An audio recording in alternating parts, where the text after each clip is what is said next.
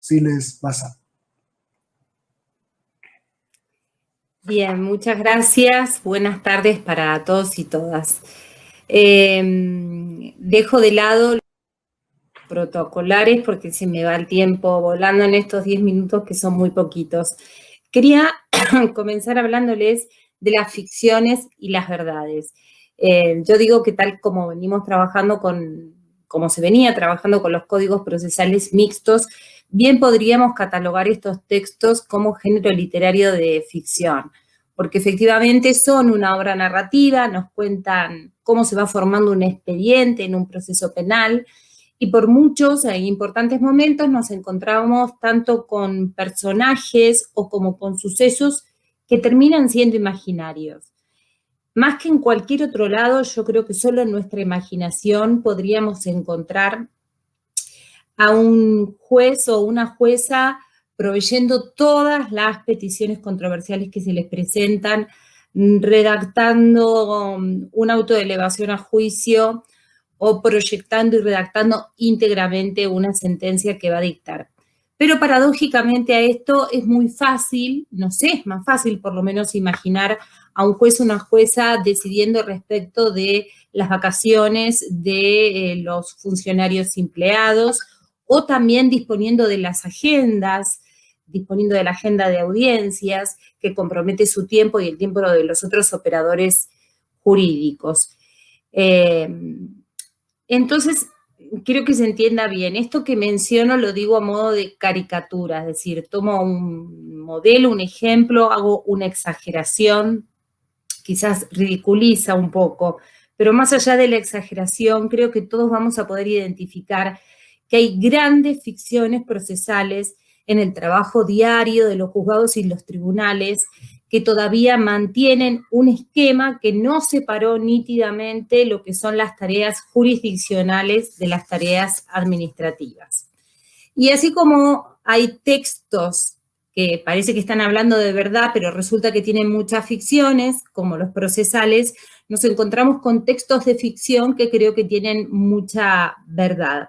Uno de estos textos para mí es La pregunta de sus ojos, de Eduardo Sacheri. Sacheri trabajó entre los 19 y los 24 años en un juzgado de sentencia en Capital, en Argentina, y es su novela, La pregunta de sus ojos, es la que inspiró El secreto de sus ojos. Esta película, cuando describe tribunales, tiene algunas escenas de ficción que parecen realmente un documental de lo que es el trabajo, lo que era el trabajo en tribunales. Bueno, voy a compartir una de esas escenas, a ver si algo de esto les parece familiar. A ver si los compañeros me ponen la escena. Che, ¿qué le pasa a la de esta máquina? ¿Me la puedes sacar de acá, por favor? No la aguanto más. Toma, llévatela. ¿Pero a qué se la meto? No sé, pero sacámela de acá de la vista, no la aguanto más.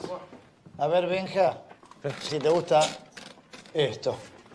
Por la presente yo, el juez en lo criminal de instrucción, doctor Raimundo Fortuna Lacalle, declaro mi total insanía e incapacidad de acción. No es así, está mal eso. A ver. No, es así. Por lo dispuesto en los artículos 141, 142 y 143 del Código Civil, resuelvo, con mayúsculas, declarar que Raimundo Fortuna Lacalle es un enfermo mental, demente en sentido jurídico, bajo la forma de trastorno crónico delirante y, por lo tanto, incapaz absoluto para ejercer por sí actos de la vida civil. ¿Qué tal? ¿Cómo le va, doctora? ¿Mucha firma para hoy? Ah, ¿qué tal, doctor? Sí, la causa Nicolosi tenemos. No demasiado, doctor. Algunas citaciones a testigos, no más que eso. Muy bien. Sí, perdón. Hay un último expediente, doctor. Bueno, gracias. ¿Cómo le va, doctor? ¿Qué dice? ¿Cómo le va? ¿Cómo está usted? Muy bien. Benjamín, Pablo. ¿Qué haces? Doctora. Buenos días. Che, Benjamín, para que... Bueno, como les anticipé, ¿no? Claro que es una caricatura el personaje del juez Fortuna Lacalle que termina firmando su propia declaración de insanía que se la pasa a Sandoval y se la mezcla entre los escritos. Pero sí es una escena en que vemos un juez que firma y firma decisiones que evidentemente no les son propias. Y esta escena creo que describe bien una forma de administrar justicia, que es evidentemente lenta, formalista, está llena de expedientes y escritos apilados, y podemos entender y concluir que las víctimas y los imputados generalmente van a ser desconocidos para los jueces y lo mismo el juez va a ser desconocido para ellos. Yo no digo que lo que esta escena muestra sea así en todos los casos. Lo que sí afirmo es que en todo caso el sistema mixto que continúa sin separar lo jurisdiccional de lo administrativo es permeable a tener un juez como Fortuna Lacalle. Y termina pervirtiendo y degradando la tarea del juez porque lo deja al juez en una función prácticamente de notario, de firmar los que otros decidieron. Entonces, si yo me pregunto quién tomó la decisión sobre tal cuestión del litigio, la respuesta va a ser un prosecretario, un escribiente, un pinche, todas estas personas que quizás están estudiando derecho y que están en ese camino de aprender, en ese camino de fogueo. Lo difícil es entender por qué aún hoy, porque la película refleja los años finales de los 60, principios de los 70, después de 40 años o 50 años, la vida cotidiana de algunas administraciones de justicia sigue siendo la misma. En este contexto es que la pregunta que nos convoca hoy, ¿a qué vino este nuevo sistema de gestión judicial con su oficina judicial a cargo de todas las tareas administrativas? Y les pido que hagamos el ejercicio, como nos piden los psicólogos, que los terapeutas, diga lo primero que se le cruza a la cabeza. Y seguramente contestaremos a manejarnos la agenda, a decidir nuestras vacaciones, a sacarnos los empleados. Y seriamente no puede ser que todavía sigamos viendo las cosas así, porque entonces sería cierta esta frase de que el tiempo pasa y nos vamos poniendo tecnos. Lo único que avanza es la tecnología. Bien, la oficina judicial, ¿a qué vino?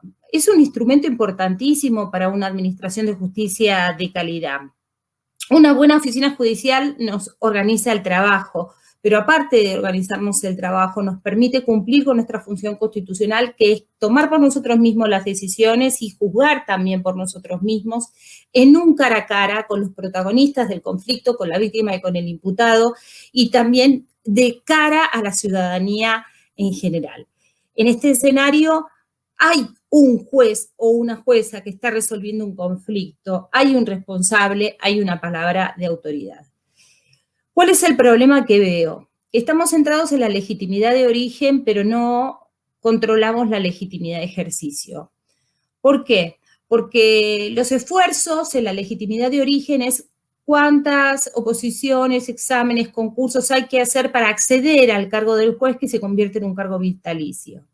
Y una vez que uno ya tiene esa legitimidad de origen, entró en el cargo y tiene el cargo vitalicio, luego no hay legitimidad de ejercicio porque no hay ningún tipo de control ni ningún tipo de rendición de cuentas de los resultados obtenidos, tanto de la productividad como de la calidad de esos resultados. Bueno, acá hay una buena noticia también. Aparece la oficina judicial. En la experiencia nuestra de la tercera circunscripción, María Luisa Esquetino les va a hablar sobre eso, que es la directora de nuestra oficina judicial. Hemos avanzado muy bien con las estadísticas muy completas a modo de rendición de cuentas. ¿Cuáles son, en general, aparte de esto, los desafíos de la nueva gestión penal? Es imponernos obligaciones para que vayamos construyendo democratización en el Poder Judicial.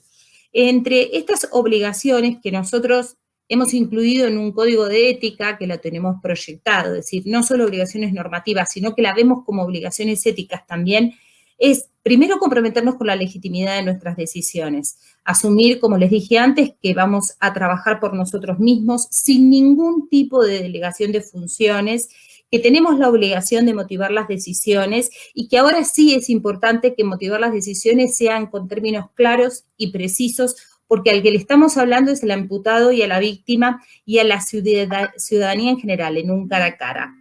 Y en ese hablar buscamos también persuadir. La segunda obligación y valor ético que realzamos es la responsabilidad institucional, el enfoque sistemático integral, es decir, entendernos que no trabajamos los jueces solos por un lado y la oficina judicial por el otro, sino que tenemos que ensamblarnos para a un buen funcionamiento de todo el sistema. Trabajar articuladamente con la oficina judicial es lo que nos permite agregar valor al servicio de administración de justicia. Y para esto necesitamos un diálogo maduro con la oficina judicial. Superar estos típicos problemas de la resistencia que tenemos los jueces y las juezas de abandonar las tareas administrativas que nosotros creemos que nos dan autoridad cuando en realidad lo que están haciendo es sacarnos de nuestro foco. El tercer valor normativo y ético es la transparencia, el deber de rendición de cuentas y la publicidad. Quienes integramos la judicatura tenemos que actuar con transparencia, eso está clarísimo, y entendernos como sujetos obligados al principio de máxima divulgación, que es el principio que rige para la información del Estado y la toma de todas las decisiones. Debemos asumir también que todas nuestras decisiones sean tomadas en audiencias públicas y asegurar 3 tipos de publicidades. Las 3 son indispensables. Va a haber en algunos casos que excepcionalmente no se van a poder dar, pero son indispensables.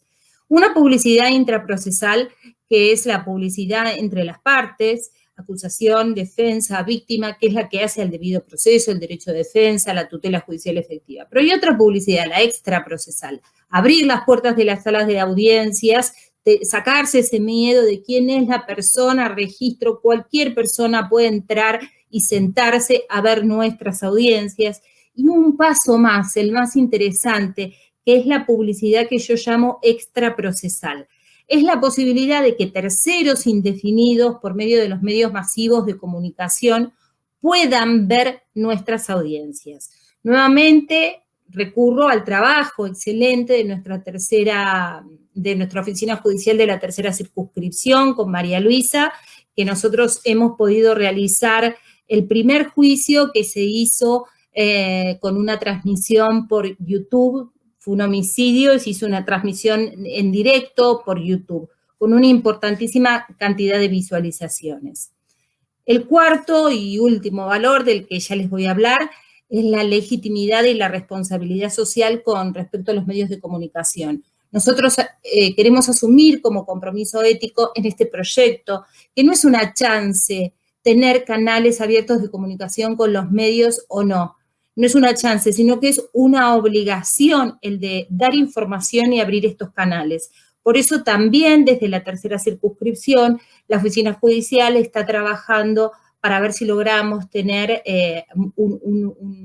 un apartado, una oficina o alguien que se dedique a la comunicación institucional, porque necesitamos ese canal abierto con los medios de comunicación para hacer llegar nuestras decisiones, para explicarlas, para dar buena información, porque la información va a llegar, buena o mala llegará.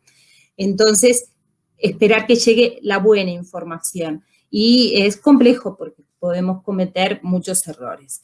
Ya cerrando, lo que quiero decir es que la reforma con su nuevo sistema de gestión penal nos pone a los jueces y a las juezas en nuestro lugar, por fin, asumir las funciones jurisdiccionales. Y no es una cuestión de voluntad.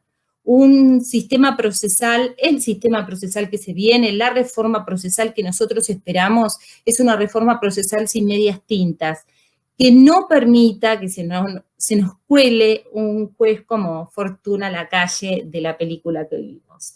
Y que dejo con una pregunta para ir pensando sobre todas estas cosas, si vamos a optar por enriquecernos mutuamente o si vamos a persistir en el estado de burocracia y mediocridad de la escena que hemos visto en la película. Esa es mi contribución. Muchas gracias.